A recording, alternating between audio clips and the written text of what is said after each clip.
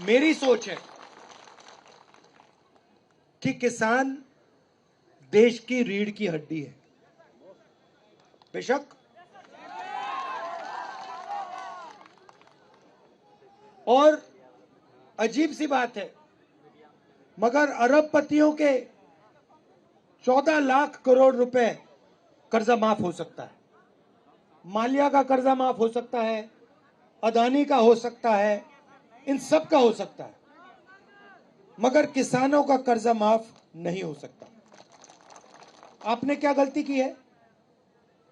ठीक है, अगर किसी का माफ नहीं करना, अगर किसान का कर्जा माफ नहीं करना, तो फिर उनका भी नहीं होना चाहिए।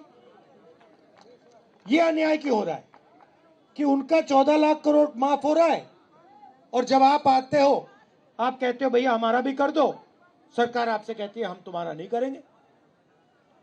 तो न्याय होना चाहिए, अगर उनका हो रहा है तो फिर इनका भी हो, और अगर इनका नहीं हो रहा तो फिर उनका ना हो।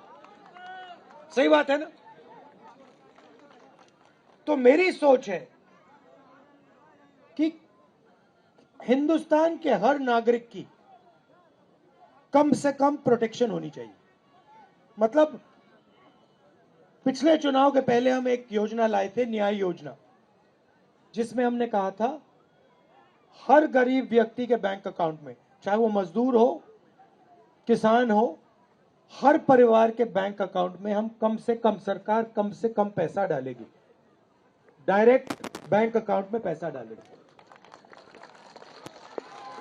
तो अगर हम किसानों की रक्षा नहीं करेंगे, अगर हम किसानों की रक्षा नहीं करेंगे, चाहे वो एमएसपी की बात हो, कर्जा माफी की बात हो, सही दाम दिलाने की बात हो, अगर किसान को यह नहीं लगेगा कि देश की सरकार हमारी रक्षा कर रही है, तो देश आगे नहीं बढ़ सकता है।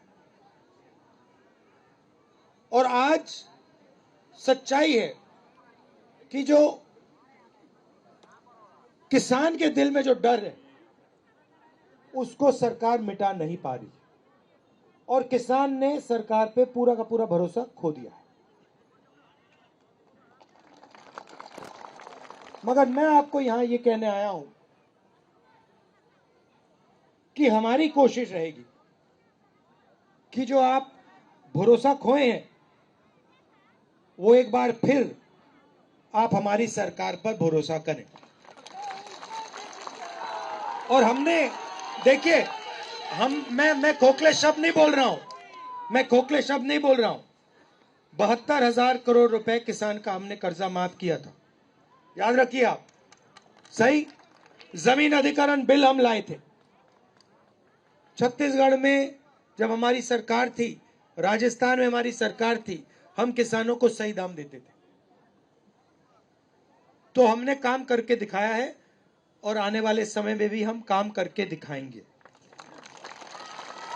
ये जो आपने सवाल उठाया है, मैं इसके बारे में पार्लियामेंट में बोलूंगा, और मैं आपको गारंटी देता हूं जैसे हमारी सरकार आएगी, हम कानून को यहां लागू कर देंगे।